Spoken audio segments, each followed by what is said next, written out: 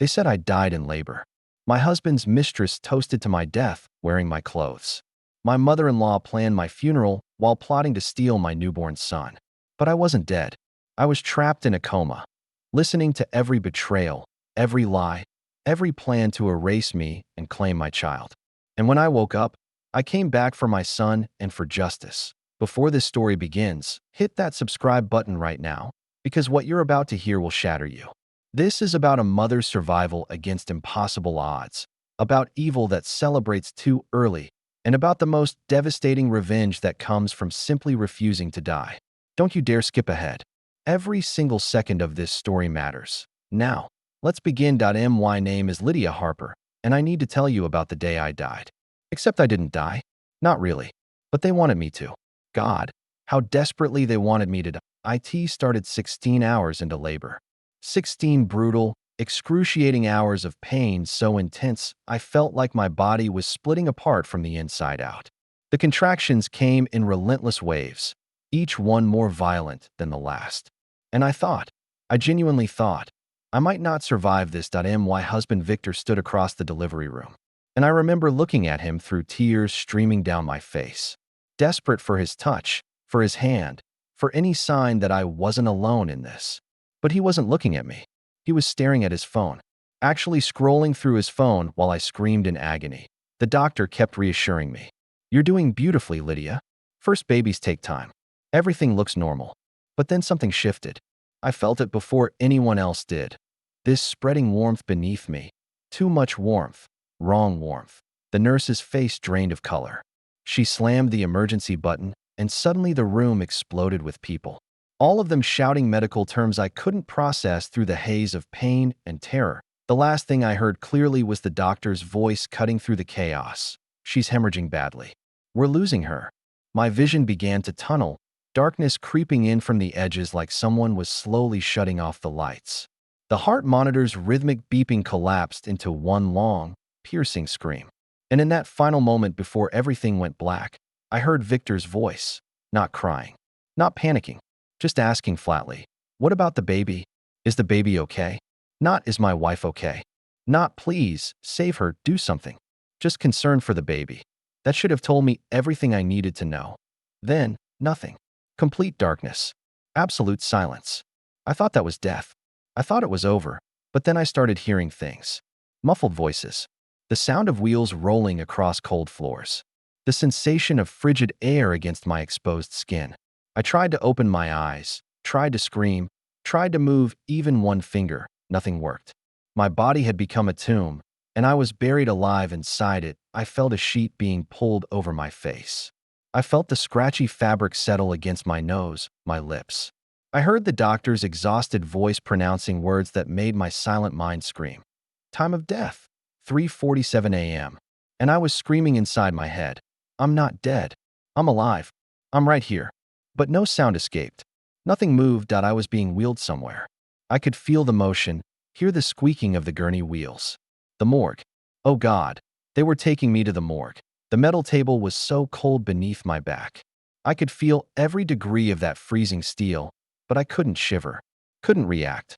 I heard the morgue attendant humming something under his breath, heard him moving equipment around, preparing to do whatever they do to bodies they think are dead. My mind raced with pure terror. This is how it ends, I thought, conscious but paralyzed while they wait. The attendant's voice shattered my panic. Wait, I think I've got a pulse here. Oh my God, she has a pulse. The next hours were a blur of chaos. I was rushed back to the emergency room. Machines beeped frantically around me. People shouted orders. Victor's voice floated somewhere in the distance, asking what was happening. And then a different doctor, a specialist, explained something to Victor in that calm, clinical tone that made my trapped blood run cold. Your wife is in what we call a locked-in state. It's exceptionally rare. She's in a deep coma, but there's a strong possibility she can hear and process everything happening around her, even though she cannot respond in any way. We have her on life support now. There was a long, heavy pause. And then Victor asked, and I will never, ever forget the cold tone of his voice. Can she recover? It's unlikely, the doctor admitted. Perhaps a 5% chance. She could remain like this for months, years. Or she may never wake up. I waited for Victor to break down, to cry, to beg them to do everything possible to save me. Instead, I heard him say, "I need to make some calls." And he walked away. That's when I heard her voice for the first time. His mother, Eleanor Harper. I'd always known she didn't like me, but the ice in her voice that day was something else entirely. "So she's basically gone then?" Eleanor said it like she was asking about a broken appliance. "We don't phrase it that way," the doctor replied, clearly uncomfortable. "How long do we keep her like this?" Eleanor pressed. "What's the hospital's protocol?" "Mrs. Harper, your daughter-in-law is a human being who is brain dead and costing resources every minute she lays there." Eleanor cut him off. "I'm asking you, doctor, what are our options?" I heard the doctor sigh heavily. "After 30 days, if there's no improvement, the family can discuss options regarding life support." 30 days, Eleanor repeated, and I could hear the calculation in her voice. "That's manageable." They left, and I was alone with the beeping machines and my screaming, silent thoughts. But then, through some cruel miracle, I heard them again. A nurse had accidentally left a baby monitor on in my room, the kind they use in maternity wards, and it was picking up voices from the hallway outside. Victor's voice, Eleanor's voice, and a third voice I recognized instantly, soft, feminine, familiar, Clara, Victor's assistant, the woman I'd suspected for months. "This is actually perfect," Eleanor was saying. "Perfect?" Victor sounded confused. "Mom, my wife is in a coma." "Exactly. She's as good as dead, Victor. You'll have the baby. You'll have the insurance money. And Clara can finally step into her rightful place." "But she's still technically alive," Victor said. And I noticed he didn't sound horrified. He sounded like he was working through a logistical problem. "Not for long," Eleanor said smoothly. "Hospitals hate keeping coma patients. Too expensive. Give it 30 days, then we pull the plug. Clean. Legal. No one will question it." "What about her parents?" Victor asked. "I'll handle them. We tell them she died instantly. Closed casket. Cremation. They live hours away. They'll never know the difference." Clara's voice came soft, almost gentle. "Are you sure about this, darling?" "Sweetheart," Eleanor said, and I could hear her smiling. "I've never been more sure of anything. Soon you'll have everything you deserve. The house, the husband, the baby, everything." I was screaming inside my head. Screaming so loud I thought surely someone, somewhere would hear me. But my body lay perfectly still as death. And in that moment, trapped in the prison of my own flesh, listening to them plot my murder and the theft of my child. I made myself a promise that if I survived this, if I somehow found a way back, I would make them pay for every word, every lie, every celebration built on what they thought was my grave. I just had to stay alive long enough to keep that promise. The first night was the longest of my life. I lay there in that hospital bed, machines breathing for me, tubes invading my body. And all I could do was listen. Listen and remember. Every word they'd spoken in that hallway played on an endless loop in my mind. "She's as good as dead. Clara can finally step into her rightful place. Soon, you'll have everything you deserve." The worst part wasn't the betrayal itself. It was the casualness of it. They weren't whispering in dark corners, racked with guilt. They were discussing my death, my murder, the way other people plan dinner parties. With logistics, with timelines, with excitement. Morning came, though I only knew it by the change in sounds. The night shift nurses leaving, day shift arriving. Footsteps in hallways. The breakfast cart rattling past my door, and then I heard Eleanor's voice again.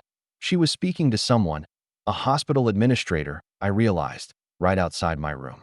Her tone was different now. Polished. Concerned. The perfect grieving mother-in-law. "I just want to understand the timeline," Eleanor said smoothly. "My son is devastated, as you can imagine. His wife was everything to him. But we need to be realistic about the situation. Mrs. Harper, I understand this is difficult. How long can she remain on life support?" Eleanor interrupted. "Financially speaking, we want to do right by her, of course, but we also need to be practical." There was a pause. I could almost see the administrator's discomfort. "Your daughter-in-law's insurance will cover intensive care for up to 60 days, he said carefully. "After that, the family would need to make decisions about long-term care facilities or withdrawal of life support," Eleanor finished. "Yes, I understand. And the doctor said 30 days for reassessment." "That's correct." In cases like this, we typically wait 30 days to see if there's any improvement before discussing options with the family. 30 days, Eleanor repeated, and I could hear her mental calendar clicking into place. That's very reasonable. Thank you for being so frank with me. After the administrator left, Eleanor made a phone call. I heard her heels clicking as she paced outside my door. Victor, darling, I've just spoken with the hospital. We have 30 days. Yes, 30 days before we can make any decisions. No, don't come down here today. You need to focus on the baby. I know. But appearing too eager won't look good. Yes, Clara can help. In fact, I think it's time Clara started taking a more visible role. Because people need to see that you have support, that you're not alone in this. Trust me, darling. Mother knows best.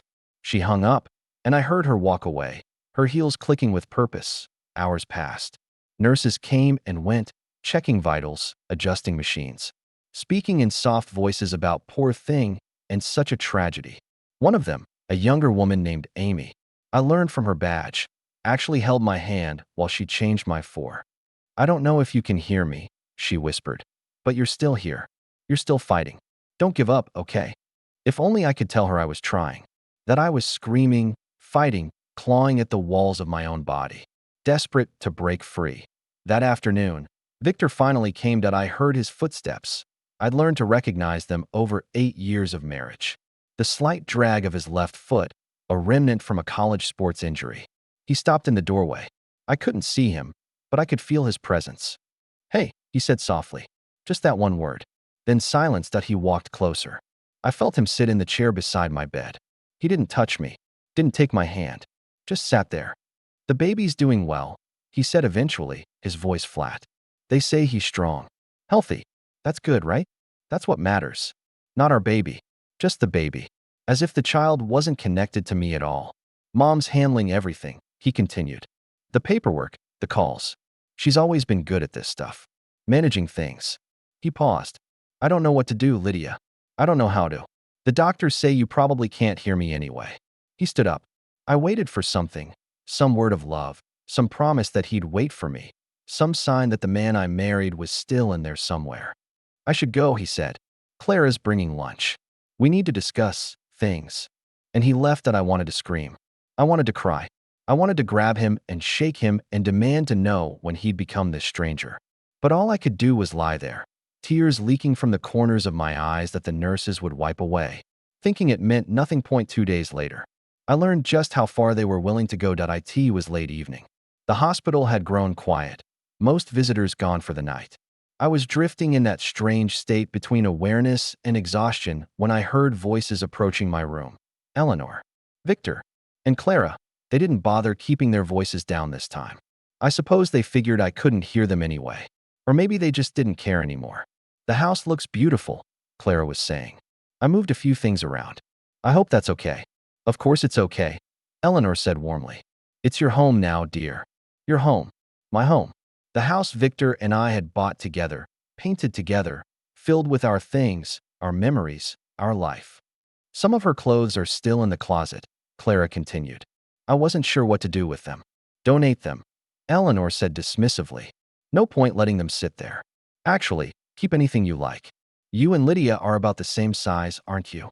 There was a pause. Then Clara, her voice uncertain. Are you sure? It feels a bit. Nonsense, Eleanor cut her off. Lydia would want someone to get use out of them. She always was practical about things like that. Lydia would want. As if I were already gone. As if my preferences, my feelings, my existence no longer mattered. They entered my room. I felt them standing around my bed, looking down at me. Has there been any change? Victor asked. None, Eleanor said. The nurses say her vitals are stable, but there's no brain activity beyond basic autonomic functions. She's essentially a vegetable. I heard Clara's sharp intake of breath. Don't say that. Why not? It's the truth, Eleanor said. Look at her, Clara. Really look. She's gone. This is just a body being kept alive by machines. The Lydia we knew isn't in there anymore. I'm right here. I screamed in my mind. I can hear every word you're saying. Mom's right, Victor said quietly. The doctor said the chances of recovery are basically zero. We're just waiting. Waiting for what? Clara asked. Waiting for the 30 days to pass, Eleanor said. Then we can let her go? Peacefully. Humanely. And all of us can move forward with our lives. What about the baby? Clara asked. What about her parents? The baby is Victor's son, Eleanor said firmly. And as for her parents, they think she died in childbirth. Clean break. No complications. You lied to them. Clara sounded shocked. I saved them from prolonged suffering, Eleanor corrected. Imagine if they had to watch their daughter deteriorate over months, years even. I did them a kindness. A kindness, Clara repeated. And I couldn't tell if she believed it or was trying to convince herself. Now, Eleanor said briskly, let's discuss the celebration. Celebration? Victor asked. The welcome home party for the baby, Eleanor said. We need to show people that life goes on. That despite this tragedy, we're staying strong as a family. You want to throw a party? Victor sounded uncertain. With Lydia in a coma, yes, Eleanor said impatiently. Victor, you need to listen to me. People are watching. They're judging. Right now, you look like a grieving husband, which is good. But you also need to look like a strong father who's moving forward for his child's sake. Having Clara by your side, helping with the baby, that's the narrative we need. What about how it looks? Victor asked. Me and Clara, already. You're not already anything, Eleanor said smoothly. Clara is a family friend helping out during a difficult time. That's the story. When enough time has passed, when Lydia's officially gone, then things can evolve naturally. But for now, we play this carefully. I listened to them plan my replacement. Plan the party that would celebrate my child while I lay helpless 20 minutes away. Plan the life they would build on the foundation of my death. I'm not sure about this, Clara said softly. Don't get cold feet now, Eleanor said sharply. You want Victor, don't you? You want the life he can give you. Then this is how it happens. Nature is taking its course. We're simply allowing it to happen. But what if she wakes up? Clara asked. Eleanor laughed. Actually laughed. She won't wake up, dear. The doctors have made that perfectly clear. She's gone. This is just the aftermath.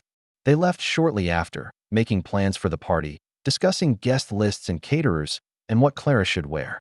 Their voices faded down the hallway, leaving me alone with the machines and the darkness and the terrible, crushing weight of their words. She won't wake up, she's gone. This is just the aftermath. But I wasn't gone. I was trapped, yes. Helpless, yes. But I was here, and I was aware, and I was fighting with every fiber of my consciousness to stay present, to stay alive. Because if I died, truly died, they won. Eleanor would take my son. Victor would marry Clara. They would live in my house, raise my child, and forget I ever existed. That night, in the silence of my hospital room, I made a decision that I would survive this. I didn't know how. I didn't know if it was even possible. But I would find a way to fight my way back from this darkness. I would wake up. I would reclaim my life, my child, my existence. They thought I was defeated. They thought I was gone. They had no idea how wrong they were. I will survive this, I told myself, over and over, a mantra in the darkness. I have to survive this. For my son. For justice. For myself. I will wake up. And when I do, they will pay for every word, every lie, every moment they celebrated on my grave. The machines beeped steadily around me. My body remained still as death, but inside, I was burning with purpose. The war had just begun. Day 5 arrived with the cruelty of routine. The nurses changed shifts. The machines beeped their steady rhythm. The 4 bags were replaced, and I remained frozen in my body, trapped in a nightmare that had no end in sight. But that morning, everything got worse. I heard my father's voice on the phone at the nurse's station. Even muffled through walls and distance, I recognized it immediately. That deep, warm baritone that had read me bedtime stories, walked me down the aisle, promised to always be there when I needed him. He needed me now. And I couldn't answer. I'm calling about my daughter, Lydia Harper, he was saying, his voice tight with worry. She was admitted 5 days ago. I've been trying to get information, but no one will tell me anything. I'm her father. I have a right to know. The nurse, I didn't recognize her voice, interrupted gently. I understand, sir, but I'm showing here that you're not on the approved visitor list. Not on the, what are you talking about? I'm her father. I understand, sir, but the patient's husband has restricted visitors to immediate family only, and he specified that I am immediate family. My father's voice cracked. That's my daughter in there. My only child. Sir, I'm very sorry, but I can't override the restrictions without authorization from the husband or his mother. They've been very clear about. Let me speak to someone in charge. Let me speak to a doctor. Let me speak to someone who can tell me what the hell is happening to my daughter. There was a long pause. Murmured voices I couldn't quite make out. Then the nurse again, softer now. Sir, I'm going to have someone call you back. Can I get your number? You already have my number. I've called 6 times in 2 days. Nobody calls back. Nobody tells me anything. Please, I'm begging you. Just tell me if she's alive. Just tell me that much. The nurse didn't answer right away. When she did, her voice was heavy with sympathy. I'm sorry, sir. I really am.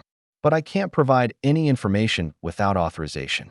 I'll make sure someone contacts you today. Today? Right. Like yesterday and the day before. My father's voice broke completely. That's my baby girl in there. Please, please just tell her daddy's trying to get to her. Tell her we love her. Tell her. The line went dead that I was screaming inside. Daddy, I'm here. I'm alive. Don't let them keep you away. But the scream stayed locked inside my skull. Useless and silent. An hour later, Eleanor's heels clicked past my door. She was on her phone, her voice saccharine sweet. George, this is Eleanor Harper. I'm so glad I caught you. My father. She was calling my father. I know. The hospital has been absolutely terrible about communication. I've been meaning to call you myself, but everything has been so chaotic and George, I'm so sorry to tell you this, but Samantha didn't make it. Samantha? She couldn't even get my name right. Or maybe she did it on purpose, one more way to erase me. I'm sorry, Lydia, of course. I'm so sorry, George. I'm so devastated I can barely think straight. Her voice trembled with manufactured emotion. She passed away early yesterday morning. Very peacefully. The doctors said she didn't suffer at all. I could hear my father's anguished cry even through the phone. It was a sound I'd never heard him make before, raw, broken, inhuman. The sound of a parent losing a child. That I'm not dead. I screamed silently. Dad, I'm not dead. I know, Eleanor cooed. We're all devastated.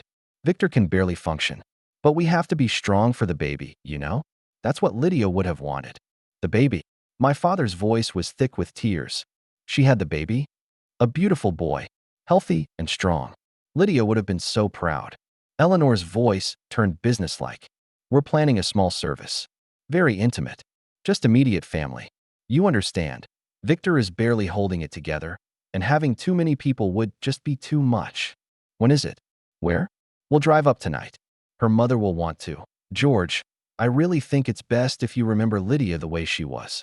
We've decided on cremation, and it's already been done. There won't be a viewing. Already been, my father choked. You already cremated her?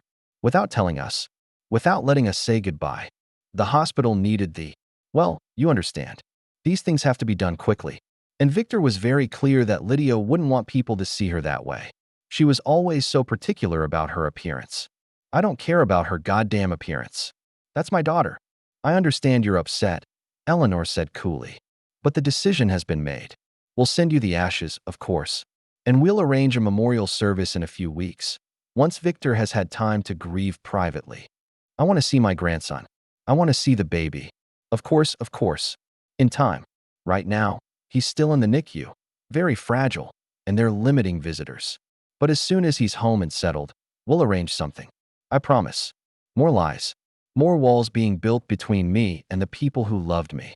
George, I have to go. The hospital is calling on the other line. I'll be in touch soon about the memorial arrangements. And George, I'm so sorry for your loss. Lydia she was special. She hung up before my father could respond that I heard Eleanor's heels click away. And this time I heard something else, a satisfied little hum. Like someone who'd just completed an unpleasant but necessary task. Tears leaked from my eyes. Real, wet tears that rolled down my temples and into my hair. A nurse, Amy, the kind one, came in minutes later and noticed. Oh, honey, she whispered, gently wiping my face. I know. It's just reflexes. Your body's still trying to function. You're not in pain. You're not aware. You're at peace. I'm not at peace, I wanted to scream. I'm in hell. Amy adjusted my blankets and left, and I was alone with my grief and my rage. The days blurred together. Victor came once more, stayed for 7 minutes, and left without touching me. He didn't come back after that, But Clara came. Clara came every day. On day 8, she stood beside my bed for a long time. I could smell her perfume, something floral and expensive, something I would have liked in another life. "I don't know if you can hear me," she said softly. "I hope you can't. I hope you're somewhere peaceful, somewhere far away from all of this. I'm right here, you bitch. I never meant for things to happen this way," she continued. "I never wanted to hurt you. It just, Victor and I, we connected. We understood each other. And you were always so busy with your career, so focused on other things." He was lonely. She was blaming me, standing over my paralyzed body and blaming me for her affair with my husband. "I'll take good care of him," she said. "And the baby. I'll love your son like he's my own. I promise. I'll give him everything he needs." "He already has a mother," I screamed silently. "Me. I should go," Clara said. "I need to practice feeding him before tomorrow. Eleanor says I need to look natural with him when people visit." Practice. She was practicing motherhood on my child. She left, and I was alone with the machines and the terrible knowledge that my son existed somewhere in this building. And I couldn't reach him. That night, I heard it for the first time. A baby crying. It was distant, probably several rooms away, but the sound cut through the hospital quiet like a knife. High-pitched, insistent, the universal cry of an infant demanding attention, demanding comfort, demanding the only person who could truly satisfy him. His mother. "That's my baby," I thought. I didn't know for certain. There were probably several babies in the maternity ward. But something primal in me recognized that cry. Something cellular and ancient and undeniable. "That's my son." The crying continued for a few minutes, then stopped. Someone had soothed him. Someone else. Not me. The next morning, 2 nurses came in to change my bedding. A complicated process involving rolling me side to side, checking for bed sores, adjusting tubes and monitors. They talked quietly as they worked, thinking I couldn't hear. "Did you see the baby in NICU?" the first one asked. "The Harper baby?" "Yeah, poor little thing. I don't understand that family. The grandmother visits for 5 minutes a day. The father hasn't been down there in 48 hours. And that girlfriend, she's not the mother," the second nurse said firmly. "People keep acting like she is, but she's not." "I know. The poor mother is right here, and they've already replaced her." The first nurse shook her head. "It's sick. Dr. Morrison said the baby's ready to leave NICU. Strong and healthy, but they haven't even picked a name yet. The grandmother keeps saying they're still deciding. They're waiting for her to die," the second nurse said bluntly. "That's what they're doing. Waiting for the real mother to die so they can erase her completely." They finished their work and left, still murmuring disapproval, but I barely heard them. My entire consciousness had narrowed to one single, blazing thought. My child is alive that I had given birth. Somewhere in the chaos of hemorrhaging and dying and being declared dead, my body had delivered a baby. A son. My son. And I had never held him. Never seen him. Never heard his first cry. They had kept him from me. Hidden him away. And now they were planning to give him to Clara, to raise him as theirs. To erase me from his life before he ever knew I existed. That night, in the darkness of my hospital room, everything changed. I had been fighting to survive for myself. For justice. For revenge. Now I was fighting for him. For my son. For the baby I'd carried for 9 months. The child I'd felt kick and hiccup and turn inside me. The life I'd created and never gotten to meet. They could take my house. They could take my husband. They could take my name and my identity and my entire life. But they would not take my son. "I'm coming for you, baby," I promised in the silence. "I don't know how, and I don't know when. But I'm coming for you. Mama's coming." The next morning, I learned my son's face without ever seeing it. 2 nurses, Amy and another woman named Patricia, came in for the morning vitals check. They worked efficiently, checking monitors, adjusting for drips, examining my unresponsive body with practiced hands. "Did you hear they're moving the Harper baby out of NICU today?" Patricia said as she checked my blood pressure. Amy glanced at me, then back to Patricia. "Already? He's only 9 days old. Dr. Morrison cleared him. Said he's thriving. 8 pounds, 2 ounces now. Strong lungs, good latch, no complications. There's no medical reason to keep him. Except his mother is in a coma 20 feet away," Amy said quietly. Patricia sighed. "I know. The whole situation is wrong. That grandmother came by yesterday with the girlfriend, talking about taking him home. They were going through discharge paperwork like they were picking up a package. What about the birth certificate? That's the weird part, Patricia said, lowering her voice. The mother's name is listed, but they're fighting to have it amended. The grandmother said something about technical errors during the emergency. She wants the girlfriend listed as the mother. What? My mind reeled. They were trying to erase me from my own son's birth certificate? Can they even do that? Amy sounded horrified. I don't know. Legal is involved now. But between you and me, something isn't right with this family. The way they talk about her, Patricia gestured toward me, like she's already dead and buried. Like she's an inconvenience they're waiting to dispose of. Should we report it? Report what? That they're rude? That they're planning ahead? Patricia shook her head. We can't report people for being terrible human beings. And technically, the husband has medical power of attorney. He can make decisions about both of them.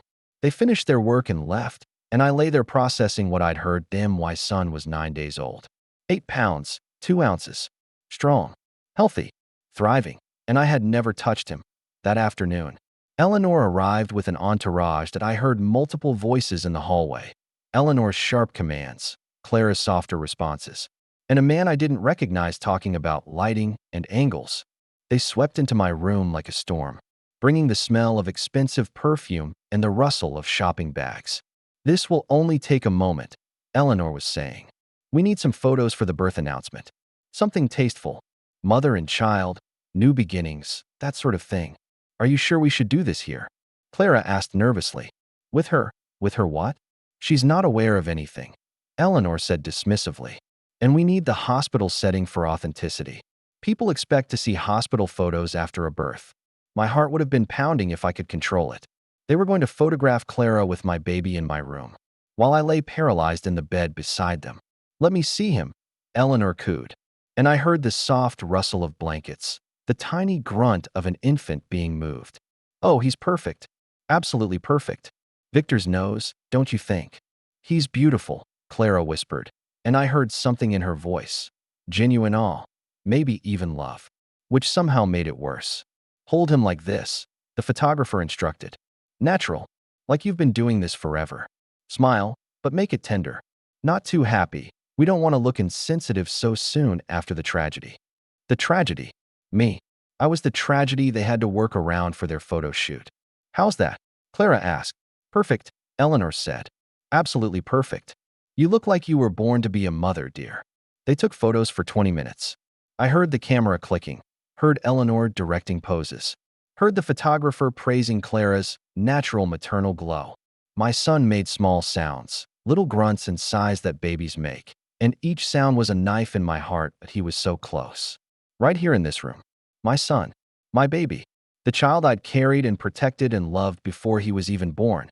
And I couldn't move. Couldn't reach for him. Couldn't scream that he was mine. These will be wonderful for the announcements, Eleanor said with satisfaction. Now, let's get him back to the nursery before visiting hours. We don't want any awkward questions from nosy nurses. What about a name? Clara asked as they prepared to leave. We can't keep calling him the baby. Victor and I are still discussing it, Eleanor said. We want something strong. Something that represents a new beginning. What about the name Lydia wanted? Clara asked softly. There was a long, cold silence. Lydia is not here to have opinions, Eleanor said icily. And even if she were, she lost the right to name this child when she failed to survive the birth. This baby is Victor's son. Victor's fresh start. A new chapter for our family. We will choose a name that reflects that. Of course, Clara said quickly. I didn't mean, I know you didn't, dear. Now come. We have a lot to do before the party tomorrow. They left, taking my son with them. And the room felt emptier than it ever had before. Over the next 2 days, I learned more about my son through overheard conversations than any mother should have to. He had dark hair. He slept well. He was a good eater. He had long fingers. He rarely cried unless he was hungry. He had a small birthmark on his left shoulder blade. The nurses talked about him with affection and concern. They mentioned how the grandmother barely held him, how the father seemed uncomfortable around him, how the girlfriend was trying too hard to look natural. That baby deserves better, Amy said one evening while checking my vitals. He deserves his real mother. I'm right here, I screamed silently. I'm right here, and I want my son. On day 12, Eleanor came alone. She stood beside my bed for a long time, silent. Then she spoke, her voice low and contemplative. You know, Lydia, I never liked you. I thought you were wrong for Victor from the start. Too ambitious. Too independent. You never understood that a Harper wife's role is to support, not to compete. She paused, and I heard her sit down in the visitor's chair. But I'll admit, you gave us a beautiful grandson. That's your one contribution to this family, and I suppose I should be grateful for it. Her voice turned cold. That baby is going to be raised properly, with the right kind of mother. Someone who understands her place. Someone who will put Victor and his needs first. You mean someone you can control, I thought bitterly. Clara is perfect for that role. She's sweet, pliable, grateful. She'll do exactly what I tell her to do. And that baby will grow up never knowing about you. We'll tell him his mother died in childbirth. Technically true. And that Clara stepped in to save him. She'll be the only mother he remembers. The machines around me beeped steadily, showing no change in my vitals despite the rage building inside me. The party is tonight, Eleanor continued. A proper welcome for our newest Harper. Everyone who matters will be there. Clara will hold him for photos. Victor will make a speech about resilience and moving forward. And tomorrow, we start the process of taking you off life support. My mind went white with panic. Tomorrow. They were going to kill me tomorrow. The doctors say we should wait the full 30 days. But I found a specialist who disagrees with that assessment. He believes that your condition is irreversible and that prolonging things is cruel. Victor has already signed the consent forms. Eleanor stood, smoothing her skirt. So this is goodbye, Lydia. I'd say I'm sorry it ended this way, but I'm not. You were always going to be a problem. This just resolved things more efficiently. She moved toward the door, then paused. That baby is better off without you. Victor is better off without you. This family is better off without you. He's better off without her. Those words, those final, damning words, something inside me broke. Or maybe it ignited. All the rage, all the fear, all the desperate maternal instinct that had been building for 12 days suddenly focused into a single burning point of pure, my heart monitor screamed. The sound was sudden and violent, a rapid beeping that shattered the quiet of the room. Numbers on the screen spiked wildly. Eleanor gasped. What the? Footsteps pounded down the hallway. Nurses burst into the room. What happened? Amy demanded, rushing to my bedside. I don't know. I was just talking and suddenly, Eleanor backed toward the wall, her face pale. Her heart rate is 180. Blood pressure spiking. Patricia checked the monitors frantically. This isn't normal. This is a response. A response to what? Another nurse asked. Amy looked at Eleanor, then at me, then back at the monitors. To stress, she said slowly. Or emotion. That's impossible, Eleanor said, but her voice wavered. The doctors said she can't. Page Dr. Morrison, Amy ordered. Now, the room filled with medical staff. They worked around me, checking connections, adjusting medications, trying to calm my racing heart. And Eleanor stood in the corner, watching, her face frozen in an expression I couldn't see but could imagine. Fear, for the first time since this nightmare began. Eleanor Harper was afraid. Good, I thought as the medical team fought to stabilize me. Be afraid, because I'm still here. I'm still fighting, and I'm coming for my son. Doctor Morrison arrived within minutes of my heart rate spike, his face grave with concern. He examined the monitors, checked my vitals, and asked Eleanor sharp questions about what had happened in the moments before the episode. I was simply talking to her, Eleanor said. Composed now, her momentary fear masked by practiced calm. Telling her about the baby. And suddenly the machines went wild. Dr. Morrison studied the readouts carefully. Her heart rate has stabilized now, but this spike was significant. Mrs. Harper, what exactly were you saying to her? Nothing upsetting, Eleanor lied smoothly. I was telling her about her son. How well he's doing. I thought maybe hearing about him might bring her comfort, even if she can't respond. The doctor made notes on his tablet. In locked-in syndrome cases, patients can sometimes exhibit physiological responses to emotional stimuli, even when they can't move or communicate. It's rare, but not unheard of. Are you saying she heard me? Eleanor's voice was carefully neutral, but I could hear the edge beneath it. I'm saying it's possible. We don't fully understand the extent of awareness in these cases. He turned to the nurses. I want her monitored closely. Any unusual spikes, any changes at all, I want to know immediately. After he left, Eleanor stood in the hallway, and I heard her making a phone call. Victor, we have a problem. No, she's not awake, but the doctor thinks she might be able to hear. I know, but if she can't hear, then we need to move faster. That's exactly what I'm saying. She disconnected and made another call immediately. Dr. Reeves? This is Eleanor Harper. We spoke last week about my daughter-in-law's case. Yes, the locked-in coma. I need you to review her charts and provide a second opinion. Today, if possible. Excellent. I'll have the files sent over immediately. Over the next 48 hours. I learned the true meaning of countdown. Dr.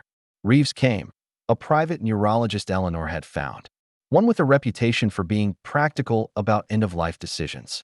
He examined me briefly, spent most of his time reviewing charts, and had a long conversation with Eleanor in the hallway. Based on the scans and the lack of higher brain function, I would classify this as a persistent vegetative state with minimal chance of recovery, he said. Less than 1%, in my professional opinion. Dr. Morrison said 5%, Eleanor countered. Dr. Morrison is an optimist. I prefer to give families realistic expectations. Dr. Reeves paused. The question you need to ask yourself, Mrs. Harper, is whether maintaining life support serves any purpose beyond prolonging the inevitable. And what would you recommend? In cases like this, I typically advise families to establish a reasonable timeline. 30 days is standard, but given the severity of the initial trauma and the poor prognosis, an argument could be made for 2 weeks. 2 weeks, Eleanor repeated. That's day 14 from admission. We're on day 13 now. Tomorrow would be day 14, yes. Of course, the husband would need to consent, and there are protocols to follow. But if the family is in agreement that continuing treatment is futile, the family is in agreement, Eleanor said firmly. I'll speak to Victor tonight. They walked away, and I lay there processing what I'd just heard. Tomorrow. They wanted to kill me tomorrow. That evening, Eleanor brought Victor to my room. I heard the reluctance in his footsteps, the way he hesitated at the door. I don't know, Mom. 14 days seems fast. 14 days is 2 weeks, Victor. 2 weeks of watching machines breathe for her. 2 weeks of false hope. The specialist was very clear. She's not coming back. But Dr. Morrison said, Dr. Morrison is covering his liability. Dr. Reeves has 30 years of experience in these cases. He knows what he's talking about. Eleanor's voice softened, became almost gentle. Victor, sweetheart, you need to think about the baby. About Clara. About your future. You can't move forward while you're tethered to the past. It feels wrong, Victor said quietly. Like I'm giving up on her. You're not giving up. You're accepting reality. There's a difference. Eleanor paused. And darling, there's another consideration. The insurance. What about it? Life support is expensive. Very expensive. Her policy covers 60 days, but after that, the costs come out of your pocket. Thousands of dollars a day. And if she remains in this state for months, years even, Jesus, Mom. I'm not trying to be crass. I'm trying to be practical. You have a son to raise. College to save for. A life to build. You can't sacrifice all of that for a body that's never going to wake up. There was a long silence. I waited, praying for Victor to say no, to tell his mother to back off, to give me more time. What do I need to do? He asked finally. My heart would have broken if I could feel it. Just sign the consent forms.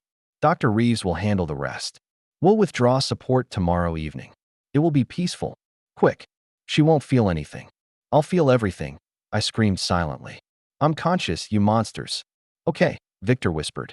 Okay, just let me say goodbye first. They left, and I was alone with the knowledge that I had less than 24 hours to live. Unless I could find a way to prove I was still here, the night shift nurses came on. Amy and a newer nurse named David. They worked quietly around me, and I heard them whispering near the door. Did you hear they're withdrawing support tomorrow? David asked. Already? It's only been 2 weeks. Family's decision. They brought in a specialist who said there's no hope of recovery. But Dr. Morrison said the family went with the second opinion. Apparently, it's legal as long as the husband consents, and he signed the papers this afternoon. Amy was quiet for a moment. Something's wrong with this whole situation. What do you mean? That spike yesterday, when the grandmother was in here. I've seen locked-in patients before. That wasn't random. That was a response. You think she can hear us? I think we're killing someone who might be aware. Amy's voice dropped even lower. And I think that family knows it. That's a serious accusation. I know.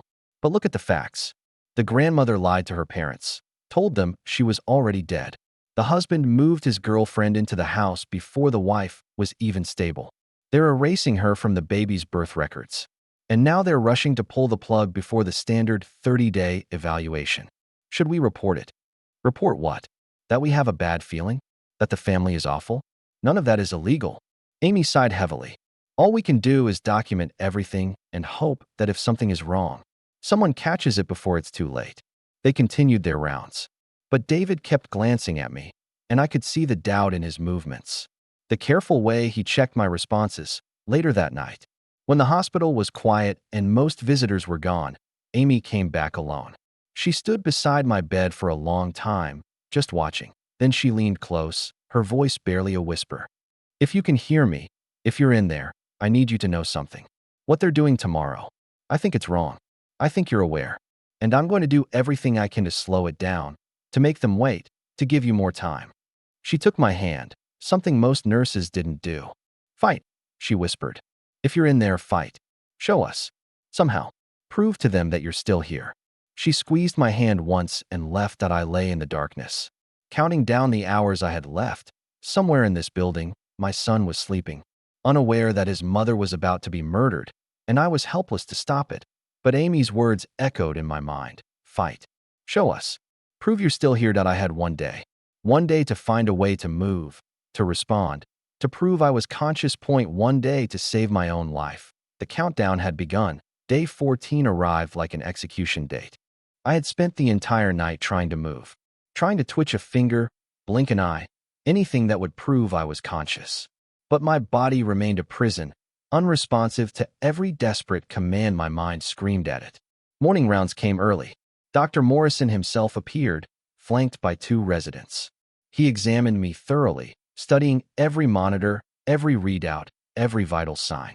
Brain activity remains minimal, he said to the residents, his voice clinical. Reflexes absent. No response to stimuli. The family has elected to withdraw support this evening based on Dr. Reeves' assessment.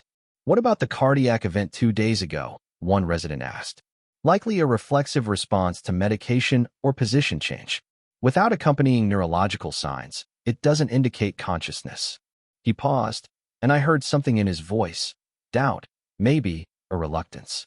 However, I've requested a final evaluation this afternoon before proceeding. I want to be absolutely certain. After they left, I heard Eleanor's sharp voice in the hallway. A final evaluation? We already had a second opinion. How many doctors do we need? Mrs. Harper, this is standard protocol, Dr. Morrison began. Standard protocol is 30 days. You're the one who told us we could make a decision after 30 days. Now we're making it, and you're adding obstacles. I'm ensuring we're making the right decision. Your daughter-in-law had a significant physiological response 48 hours ago. I need to rule out the possibility of emerging consciousness before we. She's a vegetable, Eleanor snapped. Stop wasting everyone's time and let my son move on with his life. Their voices faded as they moved down the corridor, but the tension lingered in the air. An hour later, Clara arrived. I heard her footsteps, lighter than Eleanor's, hesitant. She stood beside my bed for a long moment before speaking. I brought him, she whispered. The baby. I thought you should meet him before they killed me. She didn't say it, but the words hung there. I heard the soft rustle of blankets, felt a shift in the air beside my bed. And then, a smell. Powder and milk and something indefinably sweet. The smell of a newborn. My son. His name is going to be Marcus, Clara said softly. After Victor's grandfather. Eleanor insisted. She paused. For what it's worth, I think the name you chose was beautiful. I saw it in your hospital notes. Ethan. It suited him. Ethan. I had chosen Ethan James Harper. And they were taking even that from me. He has your nose, Clara continued, her voice thick with emotion. And your eyes, I think. They're still blue now, but they're starting to change. The nurses say they might turn green, like yours. Let me see him, I screamed internally. Let me hold him. Please. I know what they're doing is wrong, Clara whispered. I know I should stop it. But God, Lydia, I love him. I love Victor. And I'm so tired of being alone, of being the other woman, of waiting for something that might never happen. This is my chance. My chance to have a family, to be someone's first choice. She was crying now. I could hear it in her voice. I'm sorry. I'm so sorry. But I'm not strong enough to walk away. She shifted the baby. I felt the movement near my arm. Say goodbye to your mama, Marcus. She loved you, even if she never got to show you. Then she was gone, taking my son with her, and I was alone with a grief so massive it felt like drowning. But beneath the grief, something else stirred. Rage. Pure, incandescent rage. At noon, Eleanor returned with someone new, a woman with a brisk, professional voice who introduced herself as a social worker.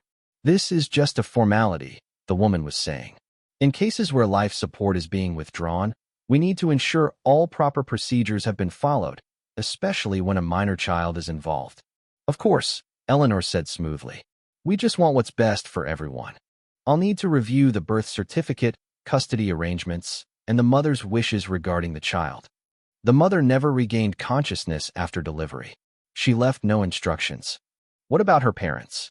Have they been consulted about guardianship decisions? There was a pause. Her parents were informed of her death. They live quite far away and felt it best to let Victor make decisions regarding his son. Her death? But the social worker's voice sharpened. Mrs. Harper, are you saying you told the maternal grandparents that their daughter is already deceased? It was a kindness, Eleanor said coldly. She's as good as dead. Why put them through? That's not your decision to make. The social worker's tone was ice. I need to speak with my supervisor. Immediately. Now wait just a minute. No, Mrs. Harper. You wait. There are protocols for situations like this, and lying to biological family members about the status of their child is not one of them. The social worker left, her heels clicking rapidly down the corridor. Eleanor stood in my room, and I could feel her fury radiating like heat.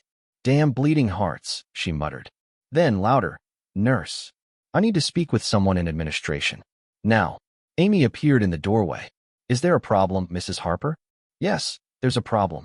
Some social worker is trying to interfere with our family's private medical decisions. I want her removed from this case. I'm not sure hospital administration can. I don't care what you're sure about. Make it happen. Eleanor's voice dropped to something dangerous. And I want that evaluation canceled.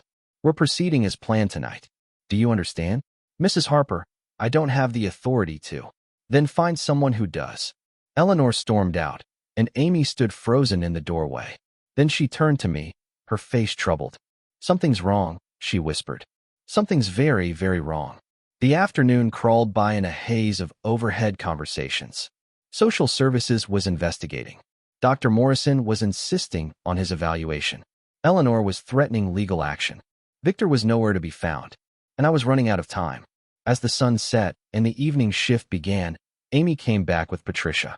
They worked in silence for a while, checking vitals, adjusting monitors.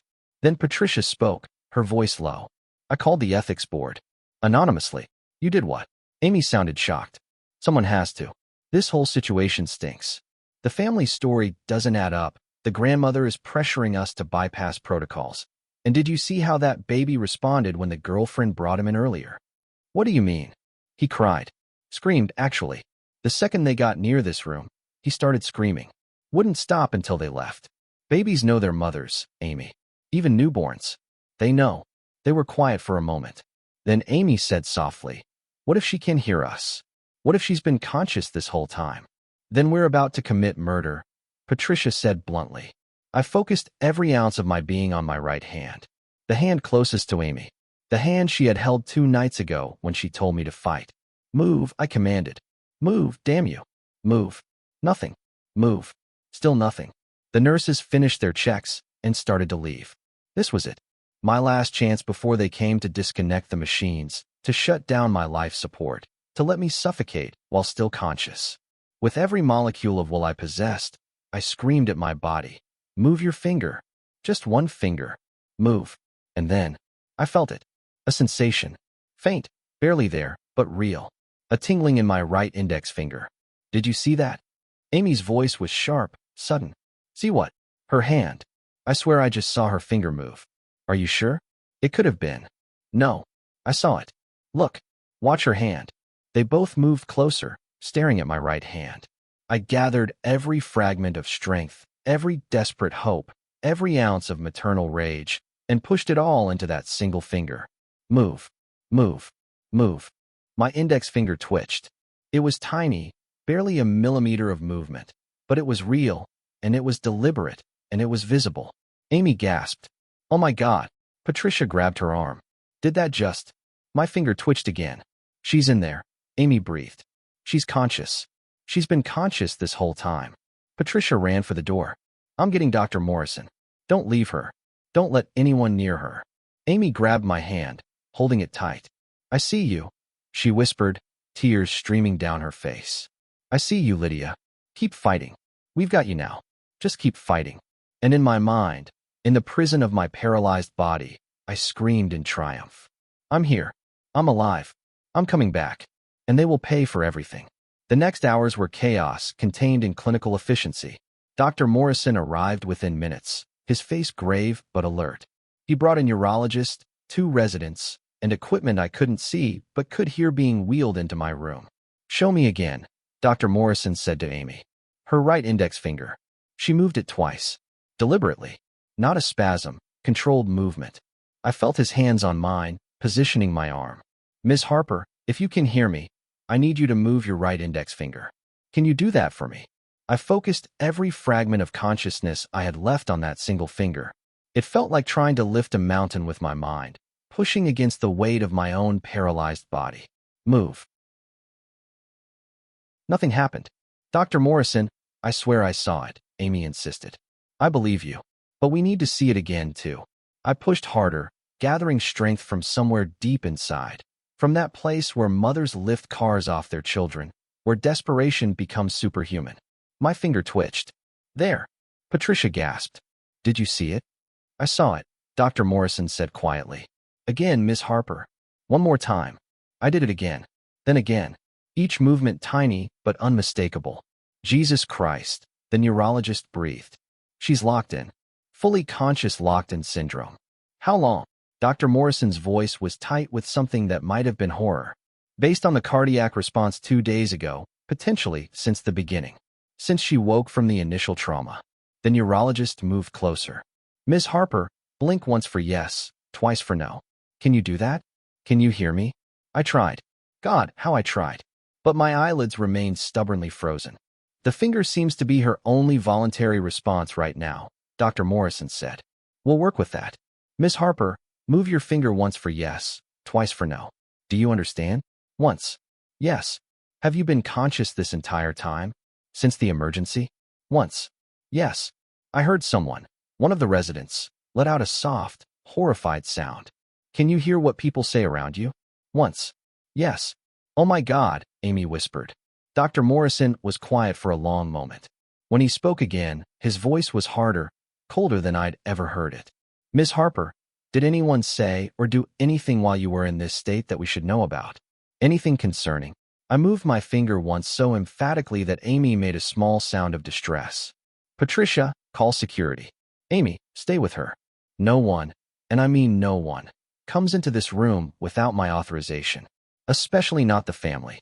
Dr. Morrison was already moving toward the door. I need to speak with administration and legal counsel. Immediately. What about the withdrawal order? The neurologist asked. Cancelled. Permanently. We're not withdrawing anything. His voice was sharp with barely controlled anger. We're going to figure out what the hell has been happening here. After they left, Amy sat beside my bed, still holding my hand. She was crying quietly. I'm so sorry, she whispered. I'm so sorry we didn't know. I'm so sorry for everything you heard, everything you went through. But you're safe now. I promise. We won't let anyone hurt you. I wanted to tell her it wasn't her fault, that she had been the only one who suspected, who cared, who tried to help. But all I could do was move my finger once against her palm. She understood. She squeezed my hand gently and stayed. Within an hour, my hospital room had transformed into something resembling a crime scene. Security posted outside. Hospital legal counsel arrived. A patient advocate I'd never heard appeared. And Dr. Morrison returned with the hospital's chief of staff. They questioned me systematically, using my finger movements to extract answers. Had my husband discussed withdrawing life support in my presence? Yes. Had his mother? Yes. Had they discussed plans for after your death? Yes. Had they discussed your baby? Yes. With each answer, the tension in the room grew thicker. We need to document everything, the legal counsel said. Every conversation she overheard, every decision made without her knowledge. This could be. She stopped, choosing her words carefully. This could be a criminal matter. It is a criminal matter, Dr. Morrison said flatly. They were planning to withdraw life support from a conscious patient. That's not a gray area. We need to inform the family, the chief of staff said reluctantly. No. Dr. Morrison's voice was steel. Not until we have security measures in place and legal representation for Ms. Harper. These people have already demonstrated they're willing to. He stopped himself. No. They don't get notified until we're ready. But Eleanor had ways of knowing things. She arrived an hour later, sweeping past security with Victor trailing behind her, demanding to know why she'd been barred from her daughter-in-law's room. Dr. Morrison met them in the hallway. I could hear every word through my partially open door. Mrs. Harper, Mr. Harper, we need to speak in private. I don't want to speak in private. I want to see Lydia. We have decisions to make tonight, and your staff has been deliberately obstructive. Those decisions have been canceled, Dr. Morrison said calmly. Your daughter-in-law is showing signs of emerging consciousness. The silence was profound. That's impossible, Eleanor said finally. Dr. Reeves confirmed. Dr. Reeves was wrong. Ms. Harper has demonstrated voluntary motor control and is responding to commands. She is conscious and has been for an undetermined period of time. Conscious, Victor repeated, his voice strange. You mean she can hear? Yes, Mr. Harper. She can hear. She's been hearing everything. Another silence. This one felt different. Heavier. I want to see her, Victor said. That won't be possible right now. We're conducting a full neurological evaluation and I'm her husband. You can't keep me from. Mr. Harper. Dr. Morrison's voice cut like a blade. We have documented evidence that you and your mother discussed withdrawing life support in your wife's presence while she was conscious. We have evidence that you made plans for your wife's death and its aftermath. Until legal counsel has reviewed this situation, neither of you will have access to the patient. Are you accusing us of something? Eleanor's voice was dangerous. I'm protecting my patient. If you have concerns, you're welcome to speak with hospital administration or seek your own legal counsel. We'll do exactly that, Eleanor snapped. And when we're done, you'll be lucky to still have a medical license. Come on, Victor. Their footsteps retreated down the hallway, rapid and angry. Inside my room, Amy let out a breath she'd been holding. She's terrified, she whispered. Did you hear her voice? She's terrified. Good, I thought. Let her be terrified. Let her feel one fraction of what I felt. Over the next 6 hours, more specialists arrived. They tested my responses, mapped my motor function, discussed treatment protocols. I learned that locked-in syndrome could sometimes resolve, slowly, incrementally, with intensive therapy. I learned I might regain speech, movement, the ability to hold my son. But the process would take weeks, possibly months. And my son was out there somewhere with people who had tried to kill me. As if reading my thoughts, the patient advocate, a woman named Sarah with a kind voice, leaned close. Ms. Harper, I know you must be worried about your baby. I want you to know that we've contacted Child Protective Services. Given the circumstances, they're conducting an emergency evaluation. Your son is safe. No one is taking him anywhere until we sort this out. I moved my finger emphatically. Thank you. Thank you. Thank you. We've also contacted your parents. Your real parents. They've been told you're alive and improving. They're driving here tonight. Tears leaked from my eyes. Real tears this time. Tears of relief and joy and overwhelming gratitude. Near midnight, when the hospital had finally quieted, Amy came back for her shift. She sat beside me in the dim light, holding my hand like she had so many times before. You know what the wild thing is? She said softly. All those times I wiped away your tears, thinking they were just reflexes. You were crying. Really crying. And I just wiped them away like they meant nothing. I moved my finger twice against her palm. No, not your fault. I should have known. I should have pushed harder, questioned more. She squeezed my hand gently. But you fought your way back anyway. You did it yourself. And now everyone knows the truth. She paused, then added with grim satisfaction. And they're going to pay for what they did to you. Every single one of them. In the darkness of my hospital room, connected to machines that had nearly been my executioners, I felt something I hadn't felt in 2 weeks. Hope. I was awake. I was aware. I was protected. And somewhere in this hospital, probably lying awake in the dark, Eleanor Harper was realizing that her perfect plan had collapsed. Tomorrow, my parents would arrive. Tomorrow, I would start the long fight back to my body. Tomorrow, I would begin reclaiming everything they tried to steal. But tonight, I would rest. Because the war wasn't over. It was just beginning. And this time, I wasn't fighting from the darkness. This time, they knew I was coming. My parents arrived at dawn. I heard my mother before I saw her, heard her voice break as she rushed past the nurse's station, heard my father's deeper tones trying to calm her, heard them both demanding to see me immediately. Amy brought them in, and my mother's cry of anguish cut through me like a physical wound. Oh God! Oh my baby girl! She grabbed my hand, pressed it to her face, and I felt her tears hot against my skin. My father stood beside her, his hand on my shoulder, and I could feel him shaking. "We thought you were dead," he said hoarsely. "That woman told us you were dead. We mourned you. We buried an empty urn and mourned you." I moved my finger against my mother's palm. "Once. I'm here." She understood immediately. "She can hear us. George, she can hear us." "We know, Mrs. Reeves," Amy said gently. "She's been conscious the entire time. She's been fighting her way back to you." My father made a sound I'd never heard from him before, something between a sob and a growl. "That family, that goddamn family told us she was cremated. They kept us away from our own daughter while they were. We're documenting everything," Amy assured him. "There are police coming today, and lawyers. Everyone who needs to know will know." My parents stayed, holding my hands, talking to me, crying, apologizing for believing Eleanor's lies. I moved my finger in response to their questions, and slowly, painstakingly, they learned everything. What Eleanor had said, what Victor had planned, what Clara had done. By the time I finished, my father's face had transformed into something hard and dangerous. "Where is my grandson?" he asked quietly. "In the nursery under CPS supervision," Amy said. "No one can take him until this is resolved." "I want to see him." "Of course. I'll arrange it." But before my parents could leave, security called up from the lobby. The Harper family had arrived and were demanding access. Dr. Morrison arrived minutes later, his face grim. They brought lawyers. 3 of them. They're threatening lawsuits, claiming we're violating Mr. Harper's rights as husband and medical proxy. "Can they get in?" my mother asked, her hand tightening on mine. "Not to this room, but they can request a meeting." He looked at me. "Miss Harper, you don't have to see them. You have every right to refuse." I moved my finger once, then again, then a third time. Yes, yes, yes. Let them come. Let them see what they'd failed to kill. Dr. Morrison understood. "All right, but we do this on our terms. Conference room. Security present. Everything recorded. And your parents stay with you." An hour later, they wheeled me into a conference room that had been converted into a makeshift courtroom. My parents flanked me on one side. Dr. Morrison, Amy, Patricia, and the hospital's legal team on the other. A police detective I'd just met sat in the corner, observing. And across the table, Eleanor, Victor, and Clara, surrounded by men in expensive suits. The change in Eleanor was startling.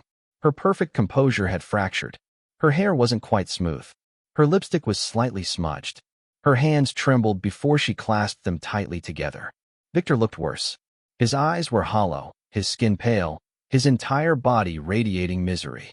Clara sat hunched in her chair, unable to meet anyone's eyes. "This is highly irregular," one of the lawyers began. "My clients have done nothing wrong. They made medical decisions in good faith based on professional medical opinions. Your clients," Dr. Morrison interrupted coldly, "conspired to withdraw life support from a conscious patient. We have witnesses who heard them discussing life insurance payouts, custody arrangements, and future plans while standing beside a woman they knew might be aware. That's speculation. You can't prove." "We can prove all of it," the detective said quietly. "We've reviewed hospital security footage, interviewed staff, and examined phone records. We have Mrs. Eleanor Harper on camera discussing day 30 with satisfaction. We have Mr. Victor Harper signing withdrawal orders without requesting standard evaluations. We have documented lies told to the patient's biological family." Eleanor's lawyer shifted uncomfortably. "My client was acting in what she believed to be." "Your client," My father's voice was lethal, told me my daughter was dead and cremated. She prevented us from saying goodbye. She tried to erase our daughter from her own child's life. Mr. Reeves, I understand you're emotional, but… Emotional? My mother's voice cracked like a whip. They tried to murder our daughter. They celebrated her death. They stole her baby. And you want to talk about emotional? One of Victor's lawyers leaned forward. Mrs. Reeves, I understand this is difficult, but there's no evidence of intent to. I had been working with a speech therapist since dawn. She'd helped me understand that my vocal cords, while weak, weren't completely paralyzed. With immense effort, I might be able to produce sound. I had been saving my strength for this moment. I pulled air into my lungs, the ventilator helping but not controlling, and pushed it past my vocal cords with every ounce of will I possessed. The sound that emerged was barely human. Raspy, broken, but unmistakably a word. Liar. The room froze. Every head turned to me. My parents gasped. Dr. Morrison leaned forward, and Eleanor's face drained of all color. I gathered my strength again. Each word was agony, but I forced them out. Heard. Everything. Victor made a sound like he'd been punched. You can speak? Eleanor whispered. Another breath. Another superhuman effort. Heard you. Plan. To. Kill. Me. Lydia. We never. Victor started, but I cut him off with another tortured word. Liar. Clara burst into tears. I'm sorry. I'm so sorry. I didn't know at first, and then I did know, and I should have stopped it, but I was scared and selfish, and I'm so sorry. Shut up. Eleanor hissed at her. No. Clara stood up, shaking. No, I'm done. I'm done lying. I'm done pretending. She turned to the detective. She's right. We knew. Eleanor told us she might be conscious, and we planned to withdraw support anyway. We were going to take her baby, and… She choked on a sob. And I was going to help raise him like his mother never existed. One of Eleanor's lawyers stood abruptly. My client has no further comment at this time. We're done here. But Eleanor wasn't moving. She was staring at me, her face twisted with something between rage and fear. You were supposed to die, she said softly. You were supposed to just die and let us move on. Mom, don't. Victor reached for her. She was wrong for you from the start. Eleanor's voice rose. Too ambitious, too stubborn, too unwilling to bend. I gave her chance after chance to be the right kind of wife, and she refused. She chose her career over you, her independence over family. She was going to ruin everything. So you tried to kill her, my father said flatly. I tried to free my son from a mistake. Eleanor was standing now, all composure gone. That baby deserved better than a mother who would abandon him for her career the moment she recovered. Clara would have been perfect, grateful, obedient, devoted. Devoted to you? You mean? Dr. Morrison said. Eleanor's mouth snapped shut. The detective stood. Eleanor Harper, I'm placing you under arrest for conspiracy to commit murder, fraud, and elder abuse. You have the right to remain silent. The next minutes were chaos. Eleanor was let out in handcuffs, still protesting. Her lawyers scrambled to follow. Clara sat sobbing at the table, making no move to leave. Victor remained frozen, staring at his hands. Finally, he looked up at me. I'm sorry, he whispered. God, Lydia, I'm so sorry. I was weak, and I was scared, and I let my mother… He stopped, swallowing hard. There's no excuse. There's nothing I can say that makes any of this okay. I looked at him, really looked at the man I'd married, the man who'd stood in a delivery room on his phone while I screamed, the man who'd asked if the baby was okay while I was dying. And I managed one more word. Divorce. He nodded slowly. Whatever you want. Whatever you need. The house is yours. The accounts are yours. I'll sign anything. Give you everything. Just… His voice broke. Just let me see my son sometimes. Please. He's the only good thing I've ever done. I didn't answer. Couldn't answer. My strength was gone. They wheeled me back to my room, where my parents held me while I silently wept. And then, finally, Amy appeared in the doorway. She was carrying a small bundle wrapped in blue. Someone wants to meet his mama, she said softly. My mother gasped. My father stood quickly, making room. And Amy walked over, carefully, gently placing my son in my arms for the first time. He was warm. He was real. He was perfect.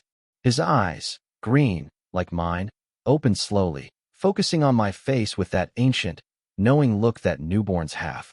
And then he made a small sound, his tiny hand curling around my finger. My paralyzed finger moved against his palm. Once, twice, 3 times. I love you. I love you. I love you. He knows you. Amy whispered, tears streaming down her face. Look at him. He knows his mama. My parents stood behind me, their hands on my shoulders. Dr. Morrison watched from the doorway. And my son, my Ethan, I would call him Ethan, lay in my arms, breathing in sync with me, his heart beating against mine. They had tried to steal this moment, this feeling, this love, but I had fought my way back from the dead to claim it. And nothing, not Eleanor's schemes, not Victor's weakness, not death itself, could take it away now. 6 months later, I stood in my kitchen, our kitchen, mine and Ethan's, making breakfast with hands that still trembled slightly, but were unmistakably mine to command. The recovery had been brutal. 3 months of intensive physical therapy to relearn every movement my body had forgotten. Speech therapy to strengthen vocal cords that had been silent for so long. Occupational therapy to rebuild the simple skills, holding a fork, buttoning a shirt, lifting my son, that most people never think about. But I had done it. One agonizing day at a time, I had clawed my way back. My parents had moved in for the first 2 months, helping with Ethan while I learned to be human again. My mother would place him in my arms during therapy sessions, and the weight of him, growing heavier every week, became my motivation. Every movement I mastered, every word I spoke, every step I took was for him. Now they visited on weekends, delighting in their grandson, marveling at my progress, still sometimes looking at me like I had returned from the dead. Because I had. The legal aftermath had been swift and savage. Eleanor was convicted on multiple counts: conspiracy to commit murder, fraud, elder abuse, and lying to authorities. She received 8 years in prison. The judge's words at sentencing still echoed in my mind. You looked at a conscious woman and planned her death with the casualness of planning a dinner party. There is no punishment that can match that cruelty, but this court will do its best. Clara had cooperated with prosecutors, testifying against Eleanor in exchange for probation and community service. She'd written me a letter, 12 pages of apologies and explanations that I'd read once and then burned. Some betrayals couldn't be forgiven with words. Victor had surrendered everything without a fight. The house, the accounts, full custody of Ethan. He'd signed the divorce papers the same day they were presented, kept only what he needed for a small apartment, and asked for nothing except supervised visitation rights. The judge had granted him 2 hours every other Saturday. He came faithfully, always on time, always sober, always gentle with Ethan. He never asked to stay longer, never complained about the restrictions, never made excuses. The first time he'd held Ethan after my awakening, he'd cried so hard he could barely breathe. I'm sorry, he'd whispered to our son. I'm so sorry for what I almost did to you, what I almost took from you. I watched those visits from another room, Ethan's baby monitor transmitting every word, every sound. I would never leave them alone, would never fully trust him. But I let him be a father in the only way he had left: 2 hours of supervised reading, playing, and desperate attempts at redemption. Some people thought I was too lenient. My father certainly did. He tried to kill you, Dad had said more than once. He doesn't deserve to breathe the same air as his son. But I hadn't survived for revenge. I'd survived for Ethan. And Ethan deserved a father who was trying, however imperfectly, to be better than he'd been. The hospital had settled quietly, a 7-figure sum that would pay for Ethan's college education and then some. Dr. Reeves had been fired, his medical license under review. Dr. Morrison had been promoted, his integrity and instincts validated. Amy and Patricia had become regular visitors, unofficial aunts who brought gifts and stayed for coffee and reminded me that not everyone in my nightmare had been a monster. Some had been angels and scrubs, fighting for me when I couldn't fight for myself. The media had been relentless for weeks. The coma mom miracle. Woman wakes from death to reclaim her life. Mother's love defeats death itself. I'd given one interview to a local journalist who'd promised to tell the story accurately. I'd wanted people to know, not for fame, but for the others.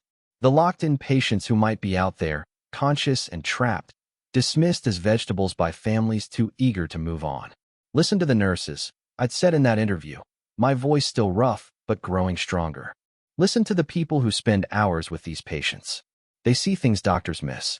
They notice patterns. They care. I'd paused, choosing my words carefully. And if you're planning someone's death beside their hospital bed, remember, they might hear every word. The story had gone viral. 3 other families had come forward, demanding reevaluations of comatose relatives. 2 had been found conscious. 2 lives saved because I'd spoken up. That felt like justice. Real justice. The kind that mattered. Now, 6 months later, I was rebuilding a life I'd never imagined. Single motherhood. A new job. Remote work that let me stay with Ethan. Therapy twice a week to process the trauma of those 2 weeks. Support groups with other survivors of medical abuse. It wasn't the life I'd planned. It wasn't the life I'd wanted when I'd walked into that delivery room, young and hopeful and naive about the people I'd married into. But it was mine. Truly, completely mine. No one controlling it. No one plotting against it. No one celebrating its end. I heard Ethan stirring on the baby monitor. The real one. The one I'd bought myself. The one that no one would ever accidentally leave on to broadcast conspiracy. I walked to his nursery. Walking still felt like a miracle sometimes, and found him awake in his crib, his green eyes bright with recognition when he saw me. "Mama," he said, one of his first words. The most beautiful sound I'd ever heard. I lifted him, still marveling that I could, that my arms worked, that my body obeyed, and held him close. "Good morning, baby boy," I whispered into his dark hair. "Mama's here. Mama's always here." He grabbed my face with both tiny hands, and I felt his fingers against my cheeks. The same cheeks that had been wet with tears no one believed were real. The same face that had been covered with a sheet, while I screamed silently inside my paralyzed body. But that woman, that trapped, helpless, dying woman, she was gone. I had survived her. Survived them. Survived everything they'd thrown at me. Later that morning, after breakfast and playtime and Ethan's morning nap, I sat at my laptop and opened the document I'd been working on for weeks. A book. My story. Not for money or fame, but for the others who might need it. The ones fighting their way back from darkness. The ones being dismissed, discarded, erased. I wanted them to know, silence is not powerlessness. Paralysis is not absence. And a mother's will to survive, to protect, to reclaim, to rise, can resurrect even a body that everyone else has abandoned. I typed the final lines, my fingers moving smoothly now across the keys. They said I died in labor. They planned my funeral. They stole my name from my son's birth certificate. They toasted to my death with champagne and celebration. But I wasn't dead. I was listening. I was fighting. I was surviving. And when I woke up, when I fought my way back from the coma they thought would be my grave, I didn't just survive. I won. I took back my son, my life, my voice, my future. They celebrated my death too early. I came back alive, and I took everything they tried to steal. I saved the document and closed my laptop. Through the window, I could see my parents arriving for their weekend visit, my mother carrying what looked like another bag of gifts for Ethan. My phone buzzed. A text from Amy. "Thinking of you today. 6 months since you woke up. Look how far you've come." I looked around my kitchen, at the baby toys scattered across the floor, at Ethan's bottles drying by the sink, at the family photos on the refrigerator, real ones now, with me in them, holding my son, surrounded by people who actually loved us. 6 months ago, I'd been fighting for my next breath, fighting to move a single finger, fighting to prove I existed. Now I was living, truly living, not just surviving, but thriving. The doorbell rang. My parents, eager to see their grandson. I stood, walked to the door, each step a small victory, and opened it to let them in. "How's our boy?" Dad asked, already heading toward the nursery. "Perfect," I said, and my voice was strong and clear in mine. "Everything's perfect."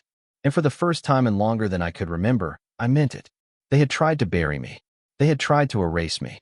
They had tried to build their future on my grave. But I was still here, still standing, still fighting, still winning. And I would never, ever stop. In memory of all those who have fought their way back from silence. Your voice matters. Your life matters. Never stop fighting. Thank you for watching this story to the end. If you enjoyed this story, you will surely love the next one. It's as crazier and more intriguing as you can ever imagine. So do check it out.